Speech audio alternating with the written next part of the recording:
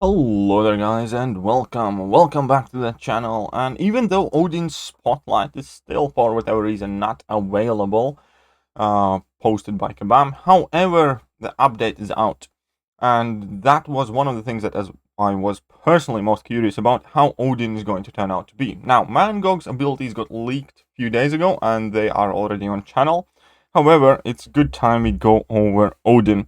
Now, referring to signature ability, I'm gonna do that at the end, where unfortunately I can't see it in game.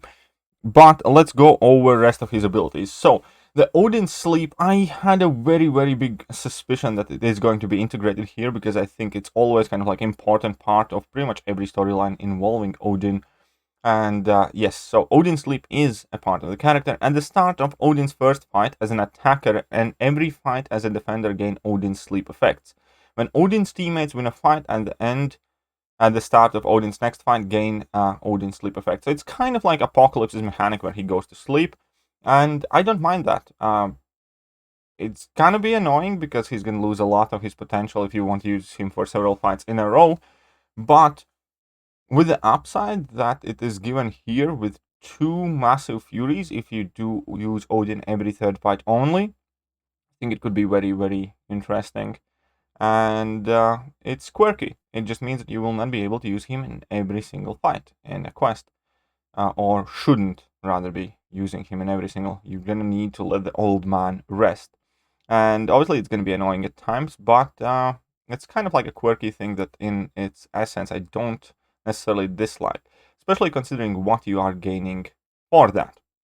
So basically, Odin Sleep grants the following two effects. Fury buff increasing attack rating by 2500. As we can see, that is more than 100% of his attack. So if you enter a fight with him well rested, he's gonna be a bit of a beast in attack department. So he's gonna be likely a champion you want to use for like targeted fights. And also a massive armor buff, which is helpful, but it's gonna be largely a defensive thing. Right, Odin's Force. And basically, when either Odin or his opponent are knocked down, gain Odin Force charge. With two Odin Force charges, the next attack that has the Odin Force benefit, is in like heavy or special attacks, will consume those charges to trigger kind of like a bonus effect. This mechanic is quite similar to what Dormammu has. Right, so on hit, on heavy attacks, on hit, gain an energized buff, increasing combat power rate by 10% for 7 seconds, max 1 stack. However, if you had Odin Force charges, on hit gain an energized buff for each Odin's unique buffs, increasing combat power rate by 5% for 7 seconds. So this is also quite interesting. That means you could potentially have quite a bit increase in combat power rate. It's probably not going to be nothing over the top, but it is another unique buff, and Odin kind of revolves all around having a ton of different buffs. Then we have while striking. While in striking distance, pause the duration of all Odin's personal buffs.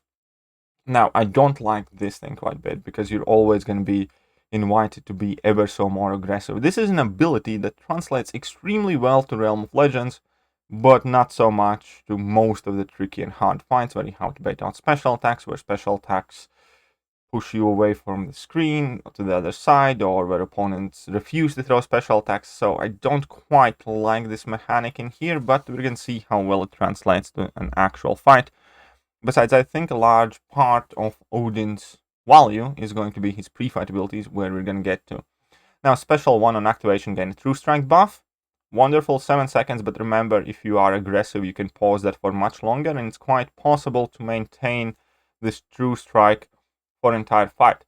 And now, also without going like in a full ability set, that I think for, let's say, every third fight, bringing in champions that can maintain true strike for an entire fight with two massive fury buffs, it would be quite an interesting thing. Also, if you use Odin's Force, then on activation gain a Bulwark buff, increasing block proficiency by 700% for 7 seconds. Now, that buff is, let's face it, quite useless in most cases. It's going to save you some HP, but it doesn't really forward your progress in the fight. But it is another buff that Odin can access to, which once again is quite important. Now, special attack 2. On activation, pause the duration of buffs on Odin until the special attack ends. Fair enough. So that implies he's probably going to be doing some projectiles, or he's going to be out of striking distance during this special attack. Because if he was kind of just having like a melee attack, then there would be no need for that line to be added. The last hit deals a burst damage for each Odin's unique buffs, each dealing 2.75% of the opponent's max health up to 11,600. So this is quite interesting, because that could be a very, very, very big amount of damage potentially on level 2 if you have a ton of buffs active, which you can gain from nodes, from other synergies, from everything else in the game. The whole kind of like point of Odin is get as many different buffs as you can and then drop a level 2 and see what happens. Also, if you have Odin Force on activation, refresh the duration of all personal buffs on Odin, which is obviously helpful, so you can again keep on working and keep on being aggressive, keep that true strike from level 1 and all the other buffs. Special 3. Gain a copy of all personal buffs Odin has gained at any time during the fight. That sounds quite OP, to be honest, as in kind of like, because obviously all the fights will not always go your way, these buffs will fall off, and this is kind of like just a way to get all of them back. Gain an extended buff, increasing the duration of all future buffs by 25% for 15 seconds, max 1 stack, and again, this is something that you can pause. So ultimately, I don't think the guy has too much utility outside of the fact that he's a champion that will have access to True Strike for a considerable amount of time and potentially could have very beefy damage output if you're not using him in every fight.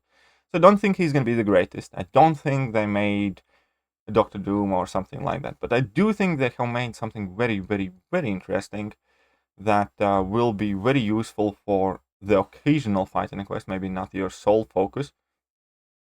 And then at the same point, he has very useful pre-fight abilities.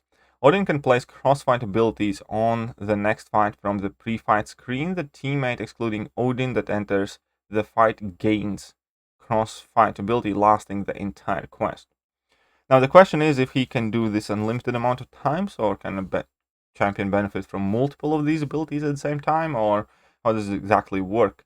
Because it doesn't seem to have limits to it, or at least it's not included in the description. So assuming you can just go and before every fight pop one of these and they never run out, it does look quite interesting, especially if they can like stack and add up. So the first one, each fight gain an indefinite aptitude buff, increasing the potency of Fury, armor up, and precision buffs by 13%, which is fair enough if there is a champion that gains a ton of Furies. It's kind of helpful, but it's not the biggest thing.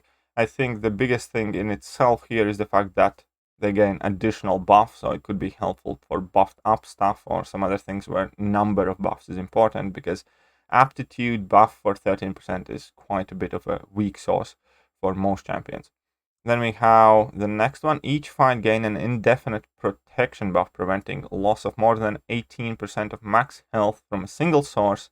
This buff is removed when struck by a special 3 attack and does not mitigate the damage. Now, if it did protect from special 3, I would like it a lot. Now, I don't really think it's all that valuable at all. I don't think this is the greatest ability. However, the last one, each fight gain an indefinite shock resist buff, increasing shock resistance by 80%. And I think it's 90% on a 6-star, if I'm not mistaken. And that is a huge, huge thing. Yeah, it is 90% on a 6-star. And let me explain why it is so big. Because not only you can heal with willpower when you get shocked against certain opponents, but also it should work for stuff like EMP modification, so which is quite a tricky thing to counter. So ultimately, I do quite like these pre-fights by themselves, and I do think that Odin will be a used addition to the contest. I don't think he's gonna be like the next Fury or next Apocalypse, but I do think he's going to be maybe something in lines with Mr. Fantastic, just a bit better, but maybe a bit more used, kind of like more useful than Mr. Fantastic. And these pre-fight abilities definitely are gonna put in some work, because he's a cosmic champion with no real immunities himself, but access to True Strike, which plenty of other champions access, and a lot of buffs. He could potentially do a lot of damage, but he can make any champion shock immune, grant them an additional buff, and do some very cheesy things as well. So I'm not entirely sure, reading his abilities, how well he will perform as like a primary attacker or anything like that, but he sounds like a quite potent support champion. Right, we can check out his synergies, and his synergies honestly aren't like that great. I kind of hope for something better. So for each living teammate, gain 5% attack rating with Mephisto, and Mephisto is reverse. For each knocked out teammate, gain 5% attack rating. 20 attack rating increase at max. It's nice, it's neat, it's nothing game-changing for either of the champions. Then you have Thor and Hela, plus 5 buff duration for every fight the team has won. Or Loki and Angela, 5% buff potency for each fight team has won.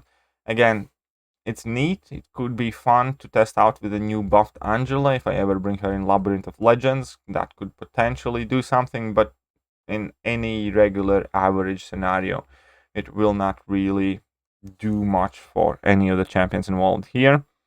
Now we have one with Heimdall. Once per fight, Heimdall will intercede on Odin's behalf, dash back and hold block for 1.5 seconds to gain a perfect block buff, increasing perfect block chance by 100% for 10 seconds. Now this is interesting because it's for Odin himself, another option to gain another additional buff, thus increase his level 2 damage. And on top of it, if you bring in Heimdall, you could bring in some more of Heimdall's synergies and gain more buffs that way. So it could be very interesting.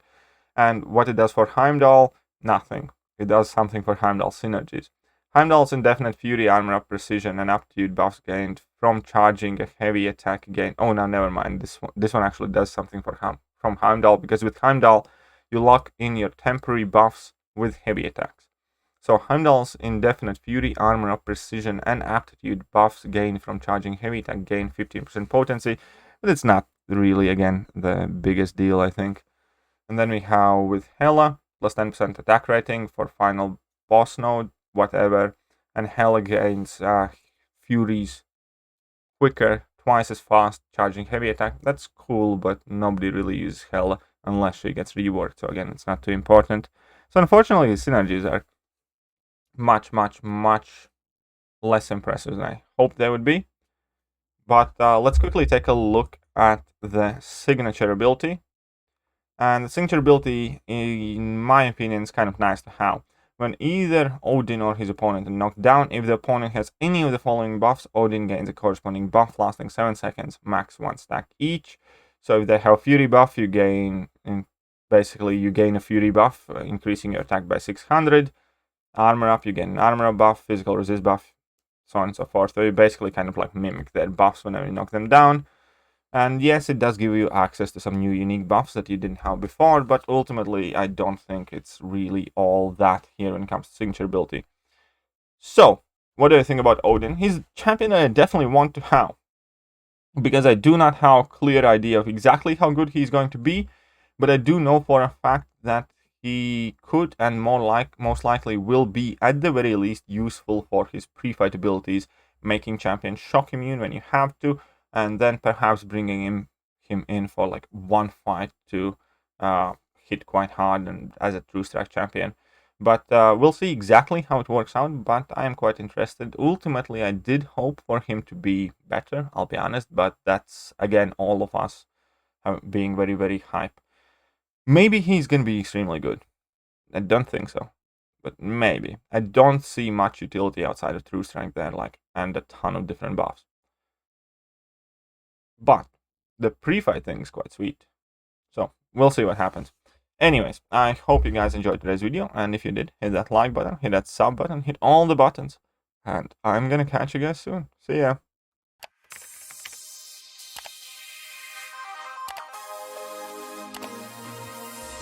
Hello there guys, and welcome back to the channel. So we have all the information about